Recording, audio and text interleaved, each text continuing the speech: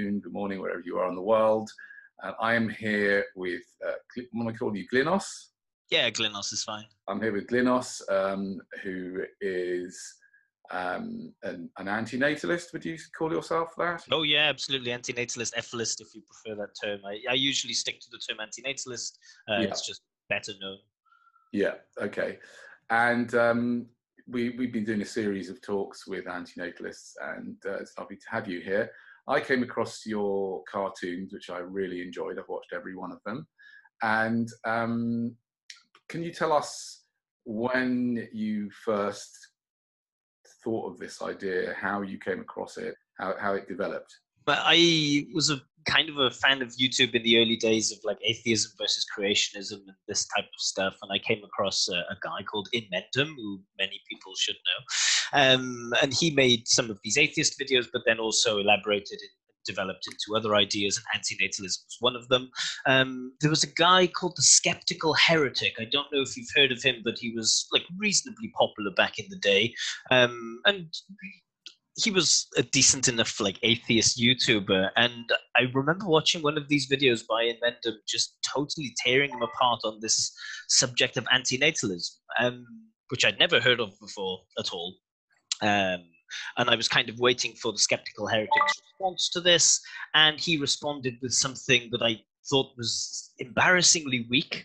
And you know, usually when you come across an idea, your kind of critical thinking, skeptical mind turns on, and you think, okay, what Inmendum is saying is, it on the face of it, it seems absolutely logical and absolutely straightforward. And so I tried looking for like other people who'd argued against antinatalism, kind of using this like Socratic method of, you know, trying to prove something by disproving it. And I found some other YouTubers just, I don't know, for whatever reason, they didn't seem to address the core of the argument, that they seemed to misrepresent it and strawman it. And I thought that that was kind of strange. And even to this day, I'm yet to find, like, I think, like, I'm a vegan too, like many antinatalists. But at least in the vegan debates, you at least find some type of argument that you can kind of follow it and think, okay, they understand what the vegans are saying, and now they're putting their other point of view, and you can totally disagree with it, but you can at least see their line of thinking. And the arguments against antinatalism, I never found anything convincing. So sorry to keep rambling on, but I kind of tried this argument on, like, for practice, if you will, in everyday life, just speaking to other people I knew who were kind of like intellectually minded or philosophically minded, and the responses came back as extremely emotional. I was expecting people to kind of, you know, put me down philosophically and explain things in a way that I would go, okay, maybe you have a point. But that moment never ever happened, where somebody came back to me with like even a semi-credible argument against antinatalism. So after that, I continued to watch Inmendum's videos, and there was some other antinatalists like Old Fan, or Forever Wolf Films, I think her name is on YouTube. And then after that, I got into this Tiny Chat thing, which was like a little bit like Google Hangouts, but back in the day. And then I wanted to do something with regards to the cartoons. I wanted to do something that hadn't been done. That I think, in order to spread any message, I think that you have to come at it from many different angles, right? You can be angry, or you can be thoughtful and articulate, or you can be funny. And I don't consider myself to be an overly intellectual or intelligent person, but I think I'm kind of humorous. And there was a YouTuber I know called Non-Stamp Collector, who made these shitty, poor quality videos against Christianity. And I thought, okay, I'll try doing a couple of those videos. I really didn't expect anyone to watch them, and I still don't have a large following now, but I do have, you know, I think a couple of thousand subscribers, and it's kind of fun to make these videos. And they're all, believe it or not, all of the videos, all of the cartoons are based on real conversations. Of course, they've been exaggerated somewhat, but yeah, all based on real arguments I've had. Right. And did you feel like, I mean, what is your thoughts since you were a teenager? what were your thoughts about procreation? How old are you now, may I ask, by the Oh, way? yeah, I'm 37 now. Okay, and when you were younger, maybe late teens and 20s, what were your thoughts about procreation then? You know, I really didn't give it much thought. Like as a teenager, like most teenagers, you just kind of wanted a girlfriend, and I didn't really think beyond that. Like my first serious girlfriend I had when I was I guess 18, 19. We were together for 2 or 3 years. We never discussed the possibility of kids. It just didn't arise. My mum had my older brother when she was really young. She was 17, so she always told us like, there's absolutely no rush to get into this. So it was never on the forefront of my mind. Like I can't remember a time where I actively thought that I wanted to have children.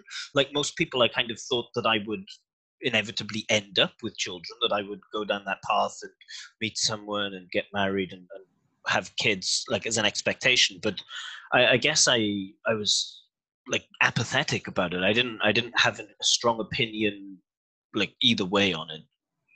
Can you tell us some of the reasons why you are an antinatalist?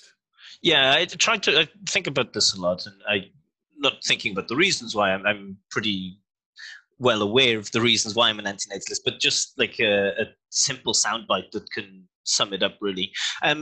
Simple argument is that non-existence hurts nobody, absolutely nobody. I have three siblings, two brothers and a sister. Now, my fourth sibling isn't being hurt by not being there.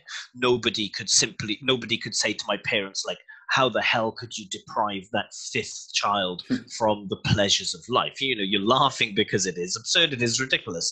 But existence harms everybody, and without exception, it harms everybody. Possibly, maybe children who die in pregnancy maybe don't get harmed. Those are the only people who are not harmed by existence. Every single person will experience suffering, and they will experience like extreme suffering. Death, I'm pretty sure death isn't going to be pleasant for anybody. A lot of people have idealized views of how they're going to die in their deathbed and reflecting on their lives and things like this. But for most people, it's torture. You know, heart disease. Just imagine having a heart attack.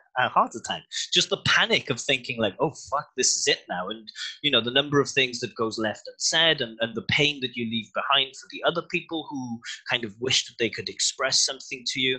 Like I'm unfortunate enough to know a couple of people who've died prematurely, and just to see the pain their families go through, it's absolutely disgusting. So to go back to my earlier point, non-existence simply cannot hurt anybody. And there is no downside to non-existence. You can't point to the lack of pleasure for the non-existent, like I mentioned with my fifth or my fourth sibling. And existence hurts every single person. So, in a nutshell, I think that's how I would summarize it.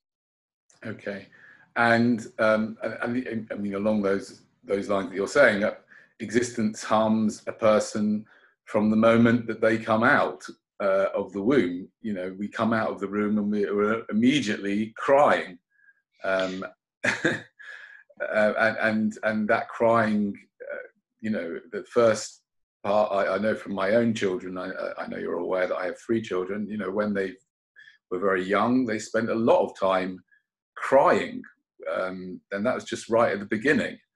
And then, of course, you've got all of the harms that come to them throughout their lives, and all of the harms, of course, that they do, and they're part of inflicting on both people, animals, and the environment. How would you, though, argue in regards to what many people would say is that it's a very pessimistic way of looking at things, and there are lots of incredible joys of parenthood, and the joys of little children being around, and the joys of love and the connection, and the joys of orgasm, and seeing beautiful sights, and all those joys. And there are lots of them. And what would you say about those things? Yeah, so firstly, I often say that I'm a philosophical pessimist, but like an everyday optimist. I'm not a type of mopey person. I'm fortunate enough to have avoided things like depression and anxiety. I'm hopefully emotionally well balanced. So I am a person who enjoys life, right? I love music. I play music. I like creating things. I like spending time with friends. I do sports and play chess and all of this other bullshit. So I do have those nice moments and dating and having relationships, even though it ends in heartache. And but you can still appreciate those joys. So absolutely, the joys are compensation for those of us who exist right now. So for those of us who exist, it's nice that we have them, given all of the shit that we have to go through. But a couple of points, like firstly, going to the asymmetry. If I had never been born, those joys, the lack of those joys wouldn't matter to me. But I do think that I can say that I could welcome the fact that I wouldn't have had to go through all of the bullshit that I am going to go through. I will have to see my parents die. I will have to see probably one or two of my siblings die. If I do find the love of my life and have this wonderful connection and blah, blah, blah, one of us will have to see the other one die, and that's pretty terrible. Secondly, all of those joys, you can add them up, and I would point to one case of child cancer and say, well, it's not worth it, right? I can analyze. I know it's difficult to quantify positive experience, like put a number on it, but if you think of, I've never been a fan of seeing the sunset. I really don't know why people enjoy this bullshit, but certainly I've had like nice moments with people, and certainly been in love, as people call it, and shared those connections, and that's been wonderful. But if I measure that against the family of my friend who died in a car crash and all of the suffering that they went through, I can look at my joys and say, well, would I push a button to have that experience if I could bring two people into existence and one of them gets all of the joys, but the catch is that the other one has to experience seeing their like 25-year-old daughter die in a car crash. I don't think that's an equal balance, like not even close. And that's only looking at two cases, right? Not looking at the fact that like 50% of British people born today will get cancer, like 50%, or that about 25% of them go through depression.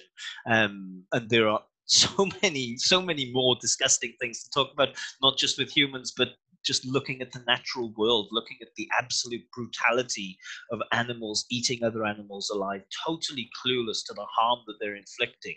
Like every single moment on this planet since the birth of sentient life has included horror, screaming, blood spill, torture, that is totally beyond our comprehension. Like, I'm sure some of the people watching this who think like, oh, you're a pessimist, blah, blah, blah, they sit down, but they can't possibly comprehend the fact that, you know, zebras, when they get killed by lions, their neck is so strong that they can't break their neck, so they end up like suffocating. Like, they go through this like emotional experience. They go through the pain of something eating it from the inside, at the same time suffocating to death every single moment of this life. So pulling it back, yeah, the compensation that we have, it's better that we have it than not having it. But that can't take away from the fact that the amount of horror on this planet is simply unacceptable. Okay. I wanted to ask you about your thoughts about current events, because what I've found, I'm 53 years old now, and as you know, I have 3 children, and I only came across antinatalism myself about 2.5 years ago. I think I came across it because I went vegan a couple of years before that, or a year or 2 before that, and it just somehow it seemed to be something that was the next logical step, because what happened was that when I was vegan, people were asking me, yeah, but what about all the animals suffering out there in the wild? And, you know, and I didn't really know exactly how to answer them. And then I stumbled across Emendum myself. And since that, you know, since those times, it's as if I've been like born again. It's really, really strange. And everything everything around me it seems quite different, really. Looking at it from a point of view of an antinatalist, you know, a lot of things just sort of become insignificant, either insignificant or you know, or they just sort of point more and more towards the arguments of antinatalism. I'm aware that I struggle like everybody. Well, don't struggle. I mean, I do struggle, but everybody doesn't necessarily struggle with it. But I will be a victim, if you like, of cognitive bias. And maybe we'll talk a little bit about that a little bit later. But what I'm trying to say is that everything's really changed, and the way, for example, the way I see something like this virus situation, and the way I see things like Black Lives Matter and things that are up foremost in our minds or that have been put there by mainstream media. What do you think about? What's your take on what's been going on in the last 6 months as an antinatalist? Yeah, a few people, like one of my good friends asked me about COVID and said, "Oh, as an antinatalist, you must be happy that it's killing all of these people." And I really despise comments like that. But yeah, it's a fair question. So COVID, drop in the ocean. Compared to the suffering that we have, an absolute drop in the ocean. This hysteria that we have around it, like fully justified because, you know, pandemics are scary for people. Just the idea of this thing coming and making reality kind of come to the doorstep a little bit and thinking like, oh my God, I could be killed like by this invisible thing at any time. But not like, the frustrating thing is that they don't realize that this is just one small factor in a number of factors that will kill you or can kill you. So yeah, with the COVID thing, like, I live in Russia, right? And people don't take that shit seriously. The Russian mentality is that we survived these wars, we survived greater hardship, so fuck it, we'll get on with our lives. And, you know, there are arguments for that and against it. I think like it is going to be shitty for the elderly here, because the virus, regardless of the official statistics, the virus is spreading through this country, and I think we'll get 100% infected. But yeah, drop in the ocean, COVID, it's compared to everything else that's going to kill us, it doesn't really change the situation much. With regards to Black Lives Matter, I don't want to be too offensive here, but just spread it, like talk about Black Lives Matter or feminists or men's rights activists. It seems that people have some awareness of the fact that, I don't want to be too misanthropic, but that people are awful, right? And people do awful things. Now, if you say that without context, that people are awful, people will call you a pessimist. But if you say that, you know, the police are all pieces of shit because look at what they're doing, people will agree with you. Or if you say, look at the rape statistics or the sexual harassment statistics, men are a piece of shit, people will agree with you. And if you're on the other side of the fence and you say, like, look at these women who are getting their kids through divorce and turning their kids against their fathers, and you're one of these men's rights activists, they will say, yeah, women are terrible. So it's interesting that if you look at all of the different social movements, they all agree on one thing, that people are awful, but only from their own context. Now, I live in a predominantly white country, and there are some ethnic minorities from the South, from the former Soviet states, and for sure you do experience like levels of racism. I'm sure America has. I don't want to like dilute the situation in America and the police brutality that they have there, because I'm sure there is some form of systemic racism in America. But the problem isn't going to go away by defunding the police. The problem isn't going to go away by living in total equality. We are always going to be fucked by something. And I wish people would stop thinking there's a simplistic answer to it. The answer isn't let's all be the answer isn't let's all respect women's rights or let's all respect black people or something. Of course, I am all in favor of total equality and respecting everybody, but there isn't a solution to this problem. We are all fucked. We are all doomed. I'm not, and also I'm not against people fighting for a better world. If we have to live in this world, I'm all for movements that try to make it better. Personally, with Antifa and Black Lives Matter, I'm not convinced that they're actually. I'm not convinced that the majority of the protesters that we see are fighting for justice. I think with some of them, maybe it's some type of rage that comes from somewhere, and just being able to scapegoat someone either rightly or wrongly gives them some sense of, I don't know, power or liberation, or maybe it's even just releasing the desire to destroy something. So yeah, that answer's not the most articulate, but I hope it'll do. Yeah, I mean, or I will just put the fight, if you don't mind. I would just sort of add cream on top of the cake, which is that there is no problem that cannot be sorted out by simply stopping reproducing. That's how you can sort out racism, and it's the only way to sort out racism, because because it's natural for people to treat people to be tribal, and it's natural for people to be prejudiced, and we are all, I think we're all prejudiced. I think, for example, we in the West are prejudiced in a terrible way against the people that produce our goods, in China and Bangladesh. We prejudice against them because they're working in conditions that we wouldn't want our children to work in, and therefore we're treating them differently based on something. Yeah, it's a form of enslavement. Even I don't think that term.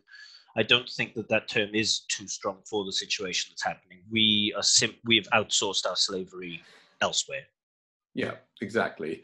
And the only way to stop that is to stop bringing in more slaves and to stop bringing in more enslavers. And we're basically, we in a way are both of that. We in the West are both we enslave those people that make our stuff, and we're enslaved or by the system in lots of different ways. Obviously, we are much luckier slaves than the slaves that make our stuff, but we're still slaves. And as I say, for me, for me, the thing about COVID is, I agree with you. It's in a way, I would say that COVID. I don't know how you feel about this, but I would say that the mechanism that I've noticed since I become an antinatalist is a mechanism of distraction. So the way I see sex, and we talked about it very briefly, the way I see sex is that it was designed, the evolution designed sex, or the creator, if you think like that. I don't, but let's say it was the creator, whatever it is, that sex evolved or was created, in order to distract us in that moment of pleasure from what we are actually doing, from procreating. That's why it feels so good. So it's a distraction from what's really important. And so is COVID. COVID is one of the many things that are a distraction from really the main problem, right? Which is the problem which exacerbates all problems, which is the problem of reproduction. It exacerbates all problems. And so for me, like, COVID is just another example. I think you were sort of saying this. It's just another example of how brutal nature is. Either whatever you think about that, and I sort of have tangentially connections with the world of alternative narratives. I'd rather call it that than conspiracy. Yeah, and in the world of alternative narratives, there's talk about how this virus was created in a lab, either by accident or on purpose, right? And whatever narrative you go, whether it was on purpose, it was a lab, whether it was by animals, which is another problem. If it was created by animals, and that's just another reminder about how badly we treat animals. And whatever it was, the fact that our bodies are vulnerable to some invisible you know, invisible bug that is just waiting behind the scenes when there's no symptoms, just so that it can catch itself onto the next person and the next victim. Just the fact that that's there, as well as all the other problems like cancer. This is just another one, and it's a small one because it affects such a tiny number of people compared to those other things. But this is just another reminder for me about, well, let's not bring any more people that can catch this and pass it on.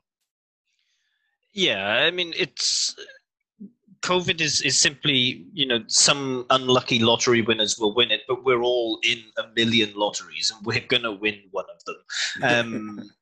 Yeah, it would, I mean, it is surprising for me that people don't connect the dots more, that, you know, you have these, the people who are staunchly against climate change and the way, the greenhouse gases that we're releasing and the way that we're, destroying our environment, the people who are against this exploitation of resources and things like this, or exploitation of people abroad, or exploitation of women. Like, the amount of people who believe that some part of the world is evil, you know, I would say it's 90%, maybe even 100% of people all recognize that one group of people is a piece of shit. And I don't want to put the blame on people, even though I don't think that humanity's done a great job. The problem is nature.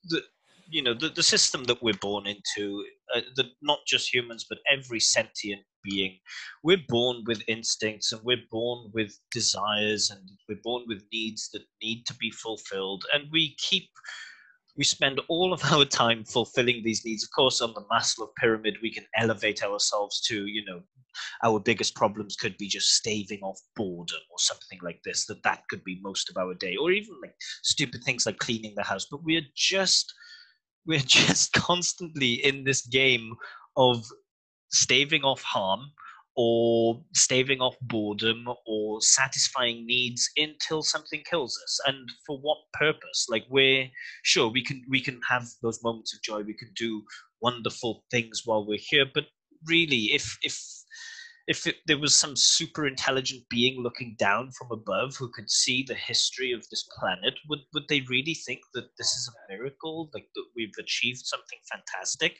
that we live for a bit and then we suffer and then we suffer and we die? So yeah, I know you started this with COVID and I've gone off on a tangent, but yeah, COVID, just a minor problem. It is, you know, it's a distraction for some, I guess, but at the very least, it brings the threat of death close to people's faces. And I think people should be more aware of the fact that they are going to die, and they should be more aware of the fact that everyone they know and love is going to die, and they should be very much aware of the fact that if they have a child, that child is also going to die against its will. I really think that we don't think about this enough, that the amount of people who have children, how many pregnant women have had the thought that my child one day is going to be probably an old person in a nursing home who's going to die? Like, how many people have thought that? I'm sure they're not thinking of that. They're thinking like, oh, we'll get this toy, or we'll color this wall pink or blue or something. Those are the thoughts. They just think baby, baby, baby, baby, baby. And what they should be thinking is, I am sentencing somebody to death, because unfortunately, that's what they are doing. And that's not a pessimistic view. That's totally devoid of like optimistic or pessimistic thinking. It is a life sentence that you are guaranteeing that somebody dies. And the antinatalist question is, what for? What gives you the right to say you're going to die, but don't worry, there'll be some of this compensation along the way that hopefully you'll like. You might not get any value from it at all. You might be bullied your whole life and then commit suicide in your teens, but hopefully you'll enjoy it. Yeah, bullshit. Okay. I don't actually have any questions come up right now at the moment. Is there anything else you want to do? Yeah, I'd love to ask, like, is there any, I don't know how much work you do, like, I'm sure you've heard a lot of counter antinatalist arguments. Are there any that you find quite stubborn or quite difficult to argue against, or any, like I call it rug sweeping or axiom sweeping, where people want to reduce the things that you say, well, pain is bad, suffering is bad, which is an axiom that we all agree on in every aspect of our life, until it comes to antinatalism, where people say, but how do you know that pain is bad? Or maybe suffering can be justified. Have you come across any particularly stubborn arguments that you had difficulty dealing with? That's a really good question. It's funny because as you know, I'm in the unusual group of people who's an antinatalist parent, and my children are 23, 21, and 13 years old. So the older two, well, they're all, you know, bright kids, and they all have their own ideas about it, and it's an interesting conversation. Not always a conversation they want to have, and they're probably quite sick of it. But my 21-year-old son, who's actually studying philosophy at the moment in university, so he does often say to me, yeah, but you know, how can you prove that suffering is bad? He often says that to me. And I kind of say, I'm not trained in you know, academic philosophy. I'm quite ignorant of it. And I mean, I just sort of, to me, it just seems like a strange question, but I do find it difficult to answer him formally, other than to say, well, you know, you spend your whole life avoiding it, so it must be something that's, I don't know. What do you think of that? How would you answer that question? Yeah, I would simply say that, like, I would reduce it to a certain level of facts. And I know that ethical realism in philosophy, there is a debate over meta-ethics, it's called, like whether something is only subjectively bad or objectively bad. I would simply point to a certain number of facts. So first of all, that we are humans with qualitative experience meaning that we can experience things that attract us, and we can experience things that we're repulsed by, and those things objectively exist. And Mendham always brings this idea up of the cupcake versus the nail in the eye, that we can objectively say that there's a qualitatively different experience between eating a cupcake and receiving like a nail hammered into our eye, that those things are objectively different. What makes them objectively different is the question for your son. I'm sure he would have to say that one is worse than the other. Yes. You know, like we've all experienced it. We all have knowledge of what it means to be in a qualitatively negative state. But I guess his question could always be, but why is a qualitatively negative state bad? I would say that that's a tautology. That's like saying, like, why is a bachelor necessarily unmarried? Well, it's because they mean the same thing. Qualitatively bad and suffering being bad is the same thing. Right. I mean, as what I was saying before, actually, is that you know, as an antinatalist parent, only recently being born again into antinatalism, there's definitely there's a part of me that becomes quite attached to whatever ideas I come up with. I just have a tendency to get very obsessed with ideas. I have a tendency to get very obsessed with all sorts of things, and it's just the type of person that I am. And so there's a part of me that finds it really that is quite attached to this new idea, and that, you know, because I've been speaking about it a lot, that makes me even more attached to it.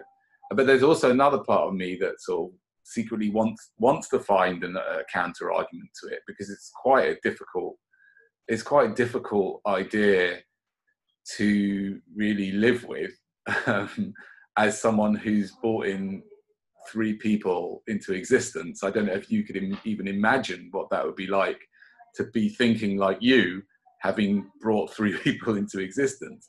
So I'm still on the lookout for that. And I haven't really come across it. I did come across a guy actually recently, and I'm going to put a link, when I find it, I'm going to put a link in the... It's not Effie, is it? I don't know who it was. He was arguing against Inmendum in some of Inmendum's points. It was quite a relaxed, video, and he made a few. He sort of took a few bits and pieces of Inmendum's ideas and questioned them, and I thought some of his questions were fair enough. But for me, there are so many arguments for antinatalism, that the only thing I've ever seen is attempts to sort of take parts of the argument, or one aspect of the argument, like, for example, David Benatar's asymmetry argument, and sort of, play around with that. There have been attempts, and that's sort of, it's possible some of those arguments sort of make sense to me. But there are so many arguments that I've not heard anybody really, stand up and really take antinatalism to pieces. Maybe just because it's a fringe argument, I don't know. But I'm in the same boat as you here, right? I don't want to be an antinatalist. It brings me no pleasure to think that the world is a horrible place punctuated by constant horror. I don't want to believe that to be true. I would love to find an antidote to this philosophy, but that antidote has to be backed up by reason, logic. It has to be. Excuse me. Hi. Hi. Want to have sex? You talking to me, are you? Are you talking to my guest or me? Both of you. It's a bit of a trek. There's a bus leaving soon. Yeah. So yeah. Like, sorry. That was my natalist wife. Yeah. Horrible people. No. Okay. Yeah, like you, right? I don't want to be an antinatalist. I don't want to be a pessimist. This isn't a philosophy that's come to me by hardship, right? I know a lot of people point at antinatalists and say you're a loser at life, or you failed, or you can't get a girlfriend, therefore you're like rebelling against the system by rationalizing it and saying like, oh, it's okay to be a failure because it's the world's fault, not mine. I certainly don't consider myself to fall into that category at all.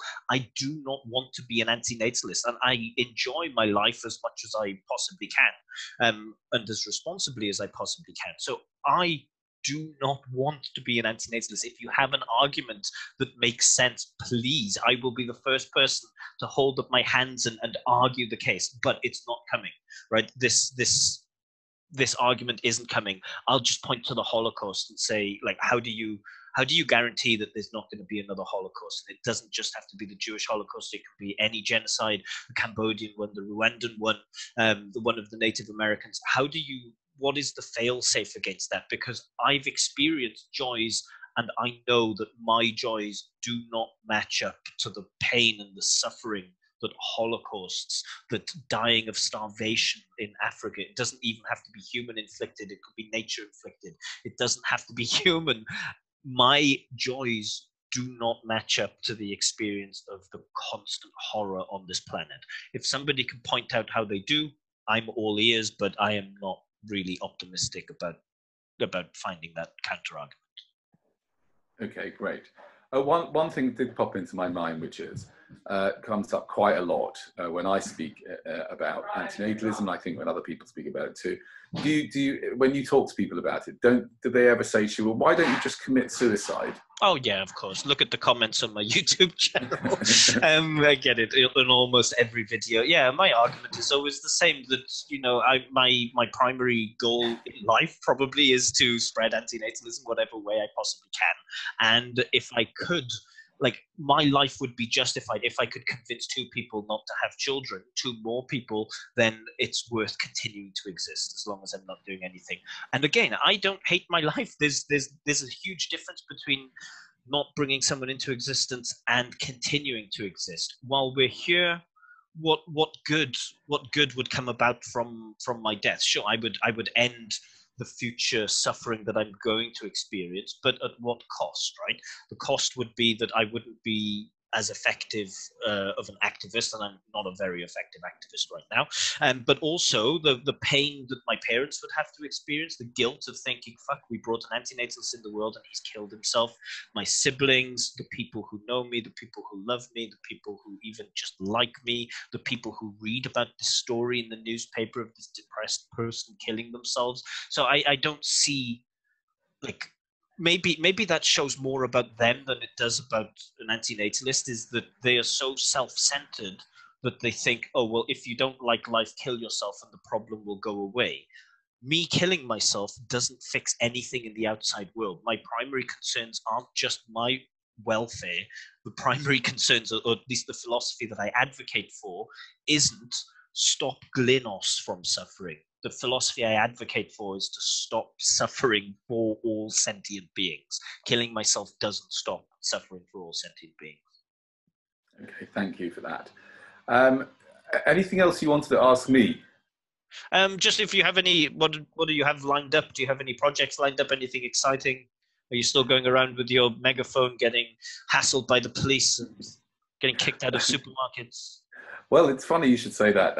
I am still doing that. Today I was offering people this prize for coming up, you know, justifying having unprotected sex. There's quite a big crowd, and it was in Camden Town by the station, which has become over the last year, unfortunately, quite overpopulated with alcoholics, and some of them get very violent and aggressive with me.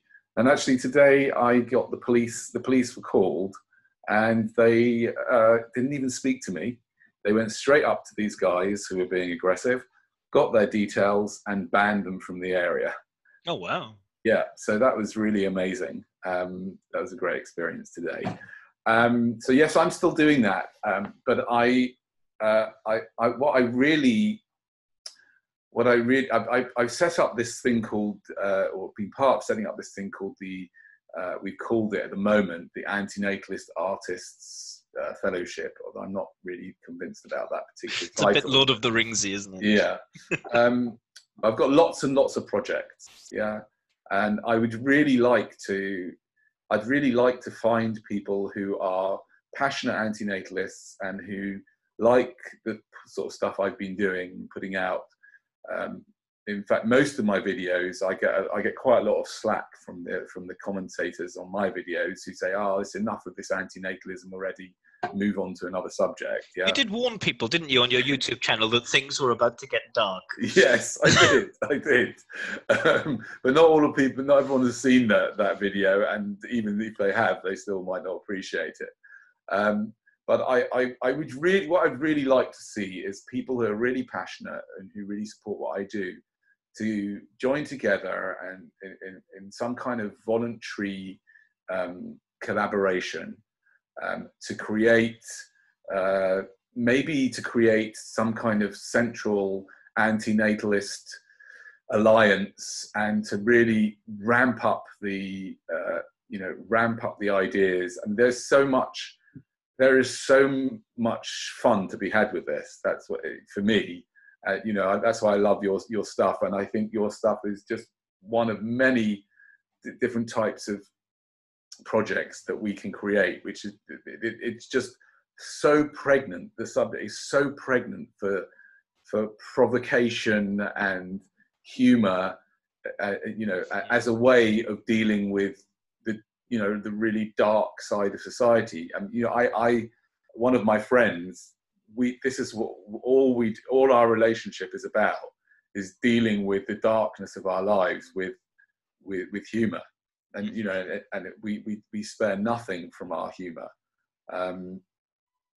which is why a lot of it I can't broadcast. But so I've struggled with that for many years. I've struggled, and I still sort of trying to work this out, how to get organized. The vegan movement have got that they're organized. There's a lot of different types of organizations that go out and do all sorts of funny things and funky things.